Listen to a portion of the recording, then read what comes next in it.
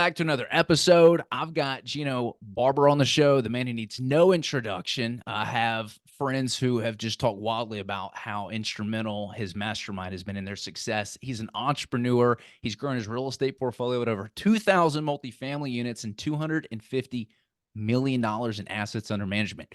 Gino and his partner Jake are teaching others how to do the same through Jake and Gino, the premier multifamily real estate education community. And listen to this, to date, their students have closed 68,000 units and have $4 billion in deal volume.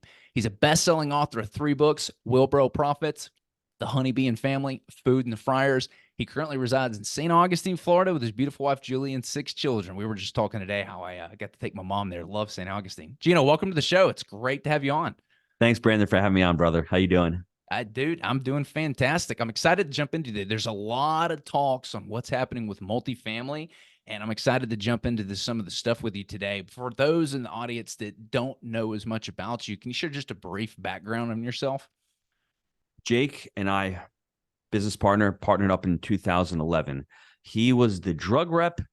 I was the pizza guy. I owned the restaurant for years and years and years. And yes, it's the stereotype. Gino Barbaro, Italian guy owning the restaurant. Yeah, it's true. And I owned it for years. So for those of you out there that say, multifamily is not for me, it's the vehicle. It's the right vehicle, but I can't do multifamily. You've got a pizza guy and a drug rep who come down to Knoxville, Tennessee from New York, Stenziano and Barbaro. Y'all ain't doing business here. It was a different climate back then. The economy stunk. The credit market stunk. Debt stunk. You couldn't raise capital, but there were deals. But so what? If you can't buy the deal, it doesn't matter if it's a deal or not. Rents were $300 back then for a 1-bedroom in Knoxville back in 2011 and 12. Now the same deals are $1,100 plus. The market's much better. But Jake and I, we partnered up because we both wanted to quote unquote create passive income, or at least leave our jobs. I wanted to leave the rat race of what I called a business, which was really a job, which was the restaurant. And Jake was a pharmaceutical rep. He wanted that better lifestyle. And he moved to Knoxville, Tennessee for that, the quality of living, the cost of living, and to be able to buy assets. And it took us 18 months to find that first asset in 2011. We bought it in 2013. And, since then we've been able to scale to over 1,800 units today. So talk to us about that 1,800 units. That is a lot. How did you do that? I look back at it and it's like 1 or 2 deals a year. If we started buying in 2013, this is what people need to really understand and grasp. We want things done so quickly. We can overestimate what we can do in a year. We can think we get so much done in a year, but we vastly underestimate what we can do in 5 years. Mm-hmm. So Jake and I, on our first deal, we bought a 25 unit. 3 months later, we bought a 36 unit. 6 months later, we bought 136 units. That's what tends to happen when you get into multifamily. Think big, but start small. If you have to house hack or do a duplex or a quad, great. Start there. Get your experience, get the credibility. So then when you go to the brokers, you're like, hey, Mr. and Mrs. Broker, I've closed the deal. Do you have anything for me? You've got some kind of credibility. Or if you want to raise money from somebody, you've got the credibility. And for Jake and myself, we were smart, I think, in 2 aspects. We didn't leave our jobs too soon. So Brandon, what I mean by that is for the first 5 years, I invested, started with Jake in 2011. I left my restaurant in 2016. So that a 5-year window, I was able to, all the money that I created through the real estate business, I continued to reinvest. So in that time period, we probably refinanced out about $6 or $7 million in that 5-year time period. And all the cash flow, that wasn't going to Gino's lifestyle and to the new cars. That was going back into buying the next deal. Because everyone always says, how do you get to the next deal? Well, we use seller financing for a couple of our deals. So the sellers carried back some creative financing. We refinanced some of our deals. And also we could use syndication. Now, we didn't use syndication until 2018, but those right there are 3 strategies to actually get money to invest into the next deal. But people get stuck so much on 1,800 units. How long does it take? Buy your first deal. Focus on the first deal, focus on getting it done, and then everything will start falling into place. And for me and Jake, really focusing on our 3-step framework, the buy right, the finance right, and the manage right, has really allowed us to really expand. And one last thing I'll say, Brandon, life before Jake for me was I don't want to curse on the show, but it was a shit show. For lack of a better word, it was hard for me before Jake because I was all over the place. I had the shiny object syndrome.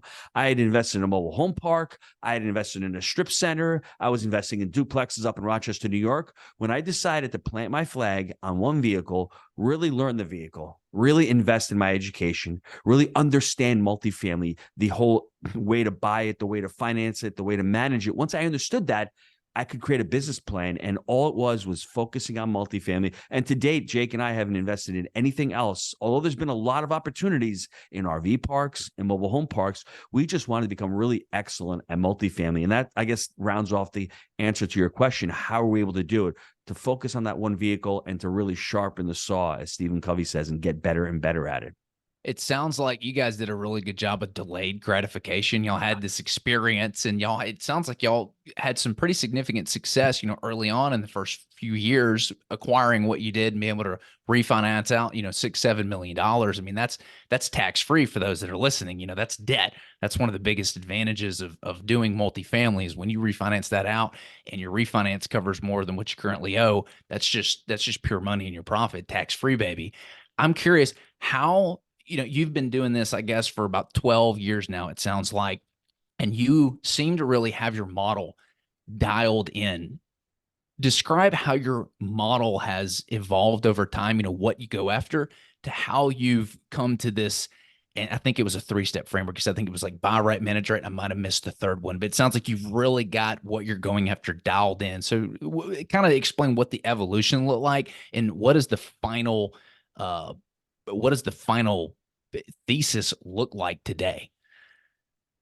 How we could spend an entire hour on that, because for me, early on, I made all the mistakes. And I always joke around with Jake and say, Jake, I made those mistakes for you, brother.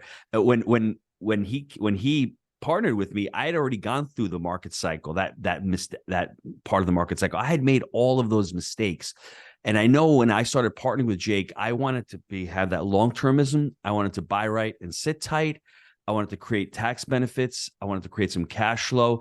And I understood that delaying the gratification, like you said, was really all about creating wealth. So when we started our first deal and our second deal, there was a lot of similarities there.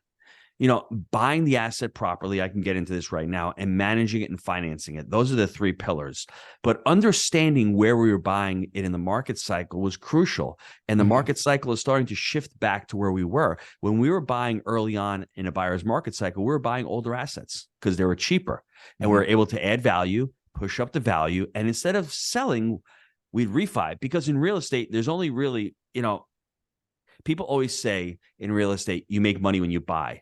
It's not true. You make money when you buy it with a little cash flow, but you really make money when you sell, when you exit by a sale or a refinance. You're crystallizing that equity. I was just able to repurpose that equity into another deal. That's what the idea is. And when you're starting out, you're going to buy lesser quality assets. You're going to buy assets that may be a little bit more distressed. The goal is to buy them, to fix them up. And we were just fortunate that we were buying a really good market, Knoxville and those submarkets in Maryville and Louisville. They're really great submarkets. So that's why we still hold those assets. We're really confident with those areas. Now, if we weren't, we would have just traded up, sold them, 1031 them, and gone into the next deal, into a bigger deal. We were just fortunate that we were able to refinance them out, add enough value, and buy the next one, and buy the next one. So when you're looking at an asset, I want everyone to think about this. There's one thing you need to think about. What's your exit strategy? Exit strategy is so crucial when you're looking at real estate, because I made that mistake early on. And you can't just say, oh, I'm going to buy a deal and hold it forever. Yeah, really? If you're going to buy a 1950s asset today and hold it for 30 years, it's going to be 100 years old by the time you decide to sell 30 years from now. So understand what the exit strategy is. And there's no one right or wrong exit strategy. Just understand what works for you. What are your goals? You may be young and just need to create equity. So you're going to buy stuff that's maybe a little bit more old, a little bit more distressed.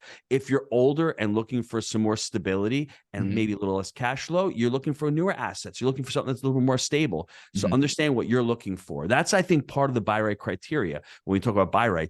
create a criteria. And you have it in land as well, where you're trying to entitle property. You're looking at median income, you're looking at area, you're looking at what are they in flood zones, you're looking at a lot of different things in your market. Understanding the buy right criteria is important. Then we can get into the other two pillars, whether it's the finance right and the manage right. But once you're looking at, investing in real estate, look at it from those three lenses: the buy right, the finance right, and the manage right.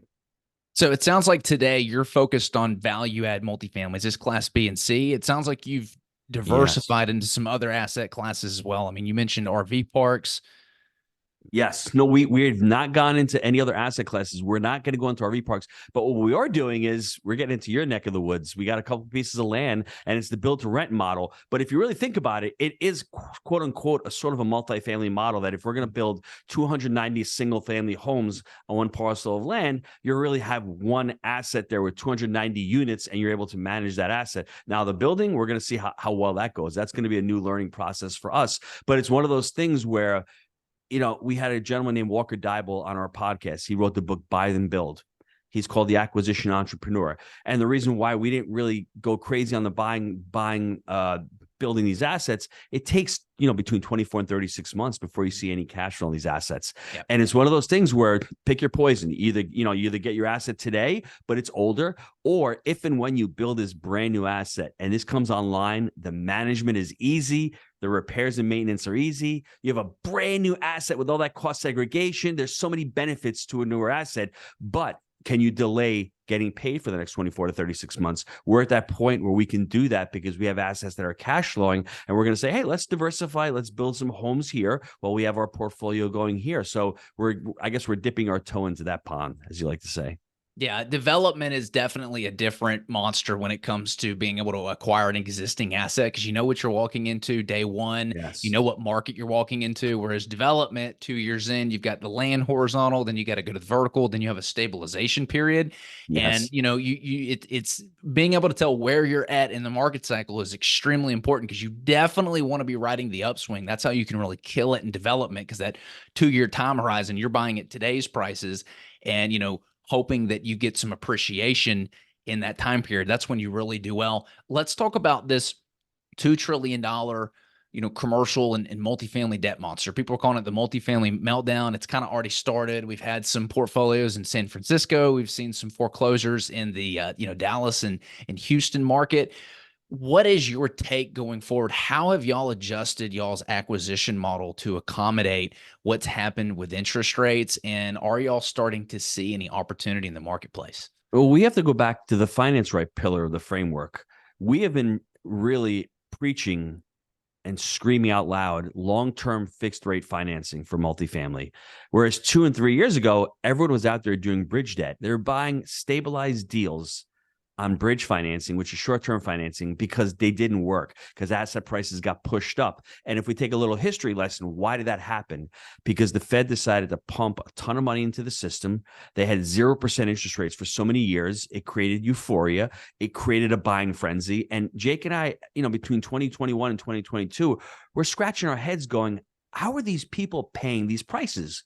Well, when the cost of capital is cheap today and you're saying, hey, I'm going to get these assets turned before interest rates rise because they're telling me inflation is transitory, rates aren't going to go up. Yeah. And that's what these people were banking on. So a part of our model is long-term fixed rate financing. We'll go with community banks or credit unions on the front end, but it's got at least a 5-year term. Now, these people who bought in 2021, 2022 is what you're referring to. All of a sudden, their debt is starting to expire. And these rates went from 3.5% to 4% to 9% now, on top of insurance just being destructive in those markets you mentioned. I mean, in Houston and Dallas, insurance sometimes doubled and tripled. In Florida, the same thing. So even if you got $200 or $300 rent bumps, that's wiped out by insurance. And then you put the additional cost of capital. A lot of people are they're selling. There's a lot of capital calls going on right now with syndicators. There's a lot of deals going back to foreclosure. There's a lot of opportunity. But what people, I don't think, are taking fully grasping is if Brandon has a deal right now and he has a capital call or he has some distress, he can't go to his investors and say, Gino, I've got another deal here that I'm raising money for. So what that does is it pulls Brandon out of the buying pool. It pulls all of these other people that were buying 2 years ago. They're completely out. So the buying pool is less. So the demand for the asset is less. There's less buyers. So what happens when there's less buyers? I think the prices are going to drop naturally, and we've had prices drop. We've closed on our third deal this year, so we've done over 300 units this year because we see the opportunity. The mom and pops who have to sell, Yep. they're going to sell. There's motivation, and just because rates are higher, prices are going to drop. I mean, if you have to sell, you can't go back to the 21, 22 prices when interest rates were 3.5% and 4%. People cannot buy. And when debt starts to pull back, as it has been now, that's the circulatory engine of the economy. Two things you can do. You can either put more money down, which means you're going to get less returns, or you're going to have to drop the price. Well, they've already asked for more money down. Dropping prices is coming really soon. It's coming to a town near you real soon. Yeah, no, we're already seeing that and feeling that. I'm curious, and I've got, to your point, I've got my own personal funds and a lot of other syndications out there. I've had some capital calls on the deal. I've had people say, hey, we're not doing a capital call, but we're introducing a pref equity structure. So there's going to be Yes. something that's going to be on top of where the limited partners are to try to buy down like a rate cap. I'm curious, you've been buying for the last 10 years for the pieces of your portfolio where you've got a refinance date that's coming up. Like, how is that affecting your portfolio? Like, are you experiencing some of the same setbacks that other people are? Like, how is that affecting your your loans that are coming due, and what strategies are you doing? Zero. Our next loan that's due is August of 2026. So we've got 3 years because we've Wow. bought on fixed rate long-term financing. We actually refinanced three of our properties about 6 months ago. We went to a Fannie product, 55% loan to value, Okay. 10 years, interest only. The rate was like 5.25. So we were able to take those three deals off the portfolio. Now we're willing to hold those assets for 10 years because they're in good markets. They're really great assets. Mhm. LTV is 55%, which is really low, but we were Yeah. able to cash out a couple $1,000,000 because we bought these properties properly. And I think reason why I can say that we're fortunate is because I went through that pain. I had short-term debt during 2008, 2009 that came due. And we can always say you can always buy real estate. You can't always sell real estate. And back in 08 and 09, you couldn't sell it. You couldn't refinance it. You couldn't exit it. There were deals that were cash flowing back in 2009, 2010, but they went underwater with their values. And the bank's like, well, you know what? The deal is due. And people are going to say, well, why would a bank want to take back a loan? Because right now, if your loan is 3.5%, and debt is 6 and 7%, they're going to want to take that loan back because they can go out and purchase that loan back at a higher rate. So for me, just be careful. That long-term fixed rate financing has really saved our portfolio, and it's given us the optionality. And for everyone out there who's saying that rates aren't going to drop in the next 2 years, let's be realistic. I mean, there's a political vibe to it. Yeah. Rates should have risen during Trump's term. He should have risen rates. Rates were going up. Then all of a sudden they stopped, and then COVID hit, and they just slammed the brakes and dropped them down completely. Then during Biden's term, let's go back and do some revisionists. In November of 2022, you had that midterm election. They didn't raise rates until that. They should have raised rates before that. But Mhm. if they had done that, they would have pumped the brakes on the economy. They would have lost some seats in the House. I'm just being completely honest. This is my feeling. I don't want to call it a conspiracy theory, but when you look back, then you have rates rising so quickly in such a short time span. What is it, the history? It's not the amount that went up. It's the speed that it happened, and it took everyone by surprise. And Yeah. if they'd done it sooner, we could have actually had a chance to, at least take a pause and say, all right, let's stop buying these deals. But a lot of operators out there got caught because they thought rates were going to stay low for the foreseeable future. And then when they come out and the numbers are true, anyone in business during 2020 and 2021 knew that there was inflation. I mean, come on, it wasn't transitory. You couldn't buy a used car for $10,000 more than what it was worth. You Yeah. couldn't find anything out there. Lumber, it wasn't transitory. And understanding that, I said, Jake, we're going to have to pass on some deals. And that, Brandon, was so soul-suckingly hard, delaying the gratification, saying we can't overpay. Even if we don't have investors, even if it's our money, we still can't overpay on these deals, because even if you have a long-term time horizon, I don't want to give away all my hard work and overpay on something knowing that I'm buying it. The ARV is basically what the purchase price is. And a lot of people were doing that because they were getting acquisition fees. They had all this capital that they had to place. And that's a dangerous mix, having capital that you need to place in a market that's overpriced. That's the definition of a bubble. Hmm. Wow. So it sounds like you guys, you did a couple key things here. One, you stayed away from bridge debt. You made sure that you continued to buy the deals right. You used long-term fixed debt, which basically cured your interest rate risk that you Hmm. had. And it sounds like to a certain extent, you kind of saw the writing on the wall. You didn't buy, you were getting outpriced by these people who were bidding crazy prices, using bridge debt, and you just bid your time. It sounds like you might have even saw kind of where rates were going and went ahead and did some refinances ahead of time to push out your due dates on your maturity to 2026. And all this has helped you navigate and kind of prevent what's sort of going to happen. Like the buildings aren't going to change, but there's going to be new owners. Yes. Brandon, what I would say the last thing is that we read a book called Small Giants by a gentleman named Bo Burlingham. And Jake is a big advocate. He loves Chick-fil-A. We've interviewed one of the Chick-fil-A CFOs of the company, chief of marketing as well. And he said something on the podcast that stuck with me for a long time. He said, don't outgrow your infrastructure. And since we're vertically integrated, we can't go on and buy thousands of units a year, because to be able to manage and be able to hire those property managers, there may be deals. We may have passed on a lot of deals, but understanding that once you outgrow your infrastructure, all of a sudden your systems and processes can't keep up with that.